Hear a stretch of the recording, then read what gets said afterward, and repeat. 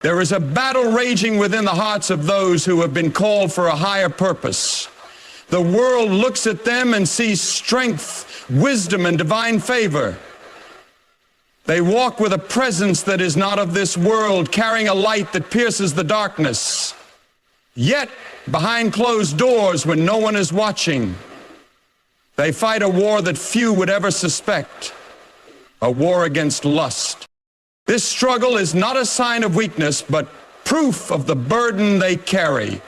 The chosen ones are set apart, marked by God for something greater, yet they remain in a world filled with temptations that seek to destroy their purpose. They do not speak of it, nor do they wear their battle on their sleeves. But deep within, they wrestle with desires that threaten to pull them away from their divine calling. Temptation has always been a tool of the enemy. It does not attack where we are strong, but where we are most vulnerable. The chosen ones have been given gifts, wisdom, influence, and power. But with these gifts come greater challenges. They are not exempt from the struggles of the flesh. In fact, they face them more intensely than most. The enemy does not waste time on those who are going nowhere. But for those who have been anointed for a purpose, the battle is relentless. Lust is not just about physical desire. It is a hunger, a longing, an insatiable craving that goes beyond the body and into the soul. It disguises itself as love, as passion, as an escape, but in the end it leaves nothing but emptiness and regret. The chosen ones struggle because they seek something deeper, something real, something eternal. Yet in moments of weakness, they find themselves drawn to that which offers only temporary satisfaction. They struggle in silence because they fear being misunderstood. They are expected to be pillars of strength, leaders of faith, and examples of righteousness. But they are human. They bleed, they hurt, they cry out in desperation, asking why this thorn remains in their side. They wonder if they will ever be free from this war within. Yet the struggle itself is evidence of their calling. The enemy would not fight so hard if they were not dangerous to the kingdom of darkness. He knows that if he can entangle them in sin, if he can make them feel unworthy, ashamed, or beyond redemption, then he can silence their voice and diminish their impact. The chosen ones are attacked more fiercely because they have been given something the enemy fears, an anointing, a destiny, a mission that threatens to break chains and set captives free. Lust is a snare designed to keep them bound, to make them question their worth, to distract them from the power that resides within them. But even in the midst of this struggle, there is hope. For every temptation, there is a way of escape. For every moment of weakness, there is grace. The chosen ones do not fight this battle alone. They serve a God who is greater than their desires, stronger than their temptations, and faithful even when they fall. The struggle with lust does not define them. It is a battle, but it is not their identity. They are not failures because they struggle. They are not disqualified because they fall. The enemy wants them to believe that they are beyond redemption, that they are unworthy of their calling, that they have lost their place in God's plan. But that is a lie. The truth is that they are loved, chosen, and covered by grace. The weight of their calling may be great, but so is the power within them.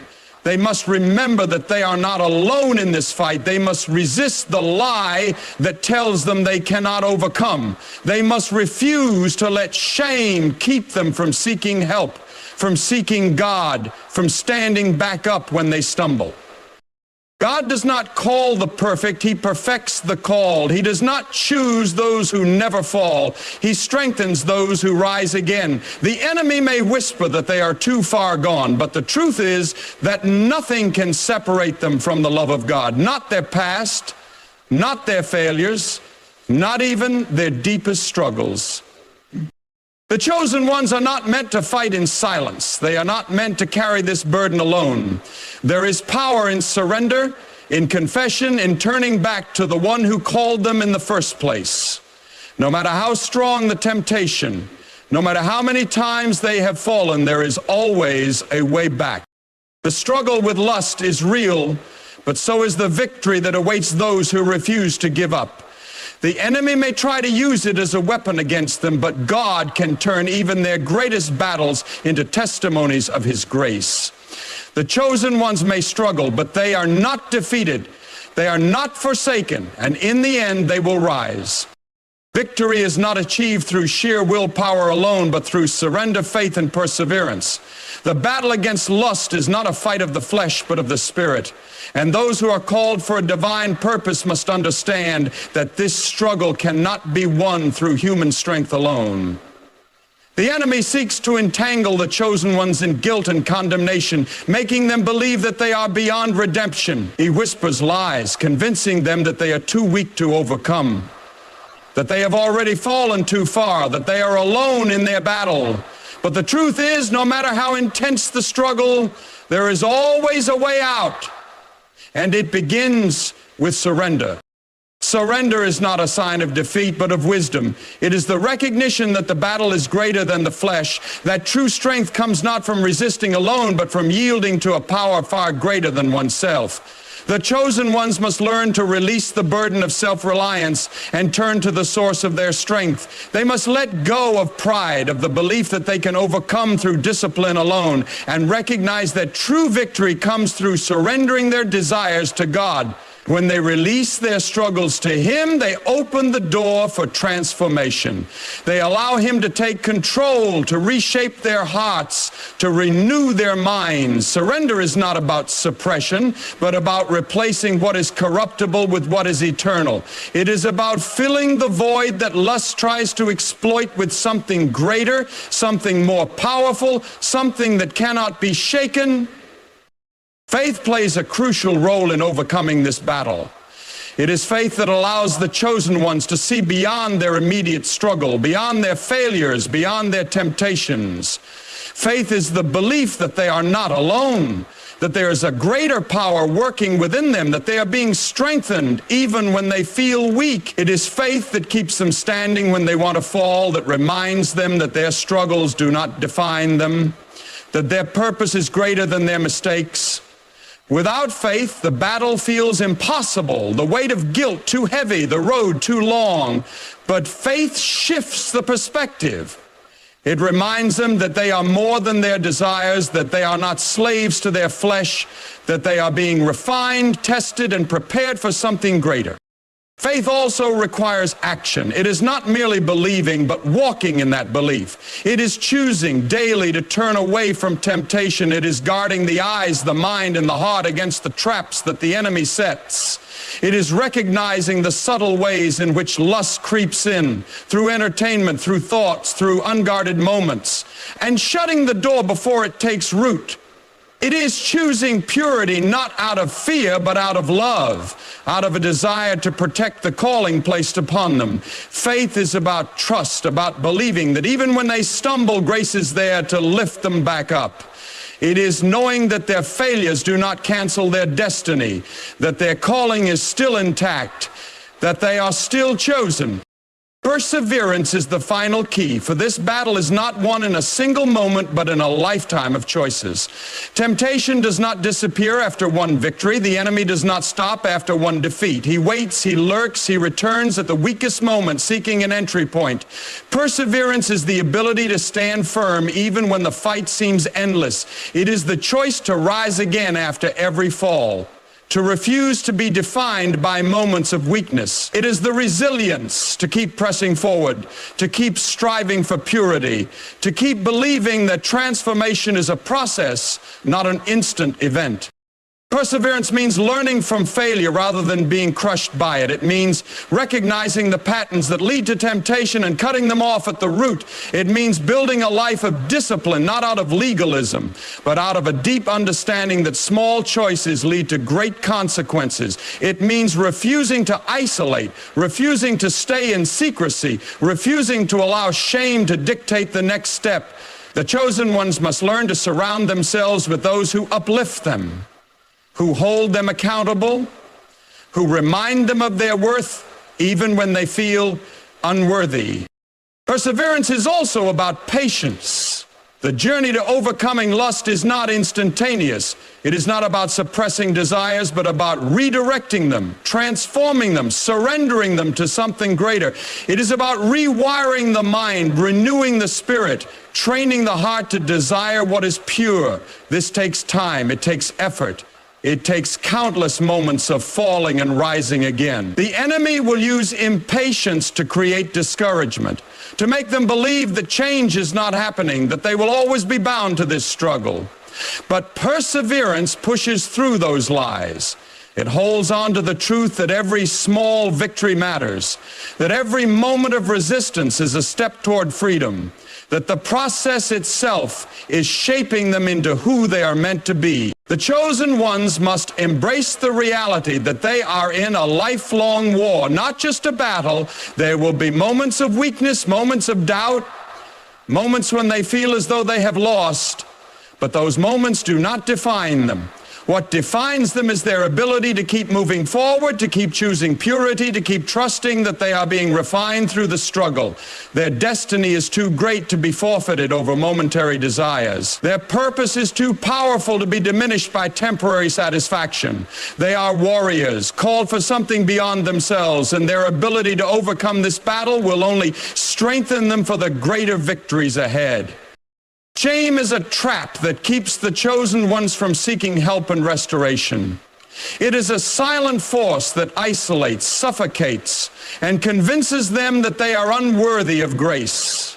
It begins subtly, whispering that their struggle is too shameful to be spoken of, that no one else wrestles with the same temptations, that they must bear this burden alone. It grows louder with every failure, with every moment of weakness, tightening its grip until they feel completely disconnected from their purpose, from their community, and from the very source of their strength. The weight of shame does not just create guilt, it creates distance. It does not just remind them of their struggles, it convinces them that they are their struggles. It does not just expose their flaws, it chains them to them, ensuring that they never break free. Shame thrives in secrecy. The more they try to suppress their struggles, the more powerful shame becomes. It feeds on silence, on hidden battles, on the fear of judgment. It convinces them that if anyone knew, they would be rejected, condemned, and cast aside. This lie keeps them trapped, preventing them from seeking the very help that would set them free. It builds walls between them and those who could offer guidance, encouragement, and accountability. It creates an illusion of isolation, making them believe that no one would understand that their struggle is too great, that they have already failed beyond redemption. The chosen ones are often held to higher standards, not just by others, but by themselves. They feel the weight of their calling, the responsibility of their purpose, and the pressure to always appear strong. This pressure amplifies shame because it convinces them that their struggles are a contradiction to their identity. They believe that because they are called, they should not struggle, that because they have been set apart, they should be immune to temptation. And when they do struggle, they feel as though they have failed not just themselves, but the one who called them. This creates a vicious cycle where instead of seeking restoration, they withdraw further, hiding behind a mask of strength while battling silently within. Shame also distorts their perception of grace. It twists the truth, making them believe that grace is conditional, that it is reserved for those who have not fallen too far, that it is something to be earned rather than received. It makes them feel unworthy to approach the source of their redemption, unworthy to pray, unworthy to seek forgiveness. It convinces them that they must first fix themselves before they can come back, that they must first prove their worth before they can be restored. But this is the greatest deception. Shame makes them forget that grace is not for the perfect, but for the broken. It is not for the righteous, but for those who know they need it. Yet under the weight of shame, they believe the lie that they are beyond its reach. The trap of shame is that it keeps them in the very cycle they wish to break free from. The more they hide, the stronger the temptation becomes. The more they isolate, the weaker they feel. The more they silence their struggles, the louder they echo in their minds. Shame does not just remind them of their past, it tries to dictate their future. It tells them that because they have struggled before, they will struggle again. That because they have fallen, they will fall again. It creates an identity around failure, making them believe that they are incapable of change, that their struggle defines them, that their weakness is permanent. Shame also warps the way they see others. It makes them believe that they are alone in their battle, that no one else has faced the same temptations, that they are uniquely flawed. It creates comparison, making them see only the victories of others while magnifying their own failures. It makes them believe that others have figured out what they have not, that others are stronger, purer, and more righteous. This comparison deepens their isolation, reinforcing the lie that they must fight this battle alone. It keeps them from seeking guidance, from opening up, from realizing that many before them have faced the same struggles and found freedom. It blinds them to the truth that they are not alone, that there is a path to restoration, that there are voices willing to lift them up rather than condemn them. Shame does not just affect their spiritual life, it seeps into every area. It affects their confidence, their relationships, their sense of worth. It makes them hesitant to step into their calling because they feel like imposters. It makes them doubt their ability to lead, to speak, to influence. It keeps them from forming deep connections because they fear being truly known. It creates anxiety, insecurity, and a deep sense of unworthiness that lingers even when they try to move forward. Shame is not just about the past. It seeks to control their present and dictate their future. The greatest deception of shame is that it keeps them from the very thing that can heal them.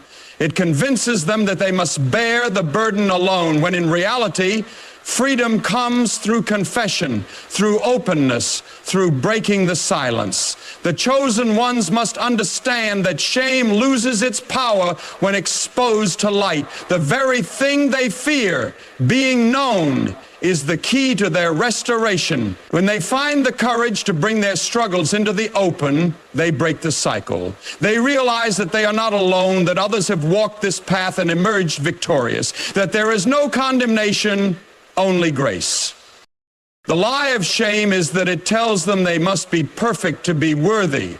But the truth is, their worth was never based on their perfection. It was never about their ability to remain flawless.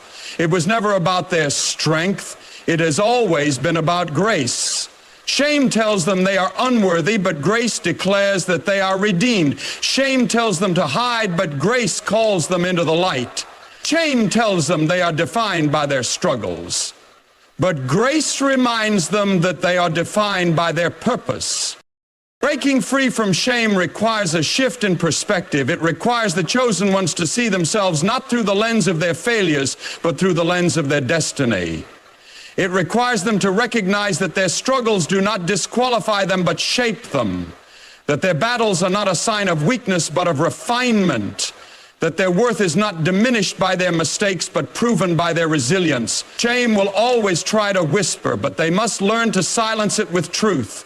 They must learn to reject its lies, to step out of hiding, to embrace the reality that they are still chosen, still called, still destined for something greater. God provides a way of escape and strength to overcome, yet so many fail to see it because they are consumed by their struggles. Temptation does not come as a mighty storm, but as a slow erosion, a whisper that grows louder over time, convincing the chosen ones that they are powerless against it. The enemy knows their weaknesses, studies their patterns, and presents temptation in a way that feels almost impossible to resist. But the truth remains, no temptation has overtaken them except what is common to mankind, and with every temptation, God provides a way out. The problem is not the absence of an escape, but the blindness caused by lust, shame, and weakness that keeps them from seeing it. They become so entangled in their desires that they convince themselves there is no exit, no alternative, no strength to resist.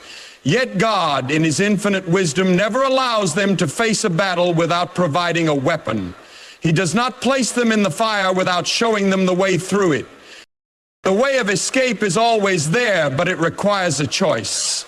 It requires the chosen ones to look beyond their emotions, beyond their desires, and beyond the lie that they are powerless. The way of escape is not always a miraculous intervention. Often it is a simple decision made in a moment of clarity. It is the moment they choose to turn away, to resist, to seek help, to change the course before it is too late. But the enemy works tirelessly to blur this moment, to make it seem insignificant, to drown it in justification and delay. The chosen ones find themselves saying, just this once, I will stop tomorrow. It is not that serious, and in those moments, the way of escape fades into the background. Strength to overcome does not come from human willpower alone. The chosen ones may try to fight in their own strength, but their flesh is weak. They may make promises to themselves, set rules, and even avoid certain temptations, but eventually their strength runs out. God never intended for them to fight alone. He provides divine strength, a supernatural reinforcement, but they must be willing to receive it. Too often they fight their battles with their own hands while ignoring the power that has already been given to them. They forget that they are not just ordinary men and women, but vessels of divine authority, created to walk in victory, not in bondage. The strength they need is already within them, but it requires surrender. Many do not overcome because they do not fully surrender. They ask for help while still holding on to the very thing they need to let go of. They pray for strength, but continue to entertain the thoughts, the habits, the environments that fuel their struggles.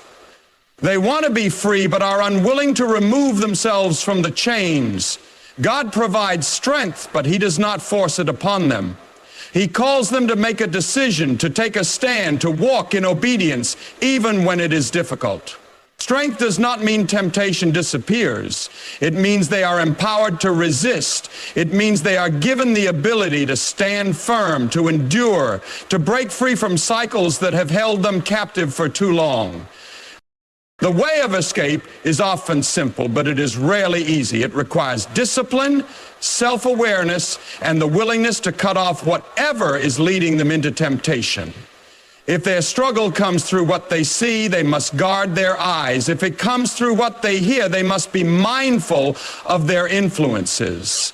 If it comes through relationships, they must be willing to walk away from connections that pull them into sin. But the enemy convinces them that these steps are too extreme, that they can handle it, that they do not need to go that far.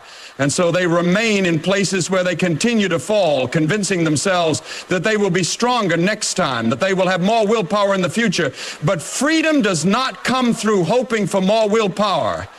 It comes through recognizing the escape God has already provided and choosing to take it.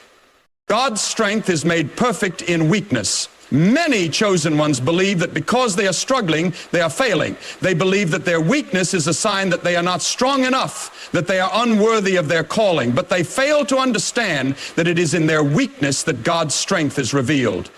They do not have to fight alone, nor do they have to be perfect before receiving His power. All they must do is acknowledge their need, to turn to Him instead of trying to fix themselves in their own strength. Strength is not about never struggling. It is about knowing where to turn in the midst of the struggle. It is about recognizing that every battle has already been won, that they are not fighting for victory, but from victory. The enemy wants them to believe that once they have fallen, they cannot get back up, that once they have struggled, they are marked by that struggle forever. But God's strength is available not just to prevent them from falling, but to lift them up when they do. He does not turn away from them in their failures. He does not abandon them when they are weak. His strength is constant, unchanging, and sufficient. The problem is not the absence of His strength, but their unwillingness to lean on it. They fight alone when they were never meant to. They struggle in silence when they were meant to overcome in surrender. Every temptation is an opportunity to choose Him over their desires. Every struggle is an opportunity to prove that their spirit is stronger than their flesh. Every battle is an opportunity to grow, to build endurance, to become unshakable. But they must make a choice. They must stop believing the lie that they are powerless. They must stop ignoring the way of escape that is always present. They must stop trying to fight in their own strength and instead walk in the power that has already been given to them. God has not called them to live in bondage. He has not chosen them to remain in cycles of guilt, shame, and failure. He has called them to walk in holiness, in purity, and freedom. But freedom is not something they will stumble into. It is something they must choose. The way of escape is not always dramatic. Sometimes it is as simple as turning away, shutting the door, saying no, asking for help. Strength is not about never being tempted. It's about knowing that they do not have to give in. It is about remembering who they are, remembering their calling, remembering that they were set apart for something greater. The enemy will always present the temptation, but God will always provide the way out. The question is whether they will take it. Falling into temptation does not define them or disqualify their calling. Yet so many chosen ones live as though their failures have marked them forever. They walk in shame, in guilt, in the belief that they have lost their purpose, that God no longer looks at them the same way. The enemy wants them to believe that their fall is the end of their journey, that their mistakes have permanently separated them from their destiny. But God does not measure them by their failures. He does not see them through the lens of their mistakes. He sees them through grace, through redemption, through the calling He placed on them before they ever stumbled. Many chosen ones struggle because they hold themselves to an impossible standard. They believe that because they have been called, they should never struggle, that they should never fall. And when they do, they question everything. Was I ever truly chosen? Did I ever truly have purpose? Am I beyond repair? These thoughts are not from God. They are from the one who seeks to destroy them, to convince them that they are too far gone. The enemy knows that if he cannot stop them before they are called, he will try to make them believe they are disqualified after they have fallen. But their calling was never based on their perfection. Their purpose was never dependent on their ability to never make mistakes. If that were the case, no one would be called. For all have fallen short, all have stumbled, all have faced moments of weakness. God has never chosen perfect people. He has never called those who have never fallen. He has always worked through those who have struggled, those who have failed, those who have known weakness but have turned back to Him. David was called a man after God's own heart, yet he fell into temptation, into sin, into deception. Yet God did not remove his calling. Peter, one of the greatest voices in history, denied Christ, yet God did not cast him away. The chosen ones must understand that their failures are not the end of their story. Their moments of weakness do not erase their destiny. Falling does not mean they are not strong. It does not mean they are unworthy. It does not mean they have no future. What defines them is not the fall, but whether they rise again. The righteous may fall 7 times, but they rise again. That is the difference between those who fulfill their calling and those who remain trapped in guilt. The enemy does not just want them to fall. He wants them to stay down. He whispers that they are not worthy, that they have ruined everything, that they should give up. But these are lies.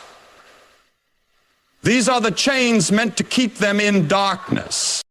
Many chosen ones remain stuck, not because God has turned from them, but because they have turned from God. They believe that because they have fallen, they can no longer approach Him. They carry their shame like a heavy burden, thinking they must fix themselves before they return. But God does not call them to fix themselves. He calls them to return.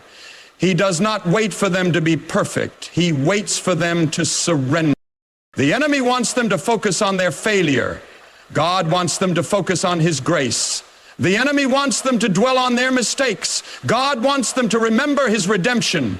The enemy says they are beyond saving. God says they are already forgiven. If they listen to the wrong voice, they will remain in darkness. But if they turn their eyes back to the one who called them, they will see that their purpose is still intact, that their destiny has not been stolen, that their future is still before them. Falling into temptation is not an identity, it is not a title, it is not a permanent mark on their soul. It is a moment, a chapter, a part of the journey, but it is not the whole story. Too many chosen ones allow a single moment of failure to define their entire life. They forget that God is a God of restoration, of second chances, of infinite grace. They forget that He knew every failure before they even took their first breath, and yet He still chose them, still called them, still set them apart. The enemy uses shame as a weapon because he knows that shame is paralyzing. He knows that if he can convince them to focus on their past, they will never step into their future. If he can make them feel unworthy, they will stop seeking the presence of God. But shame is not from God. Guilt may come, conviction may come, but shame is a tool of the enemy, meant to keep them bound. God does not see them as their mistakes. He does not hold their failures over their heads.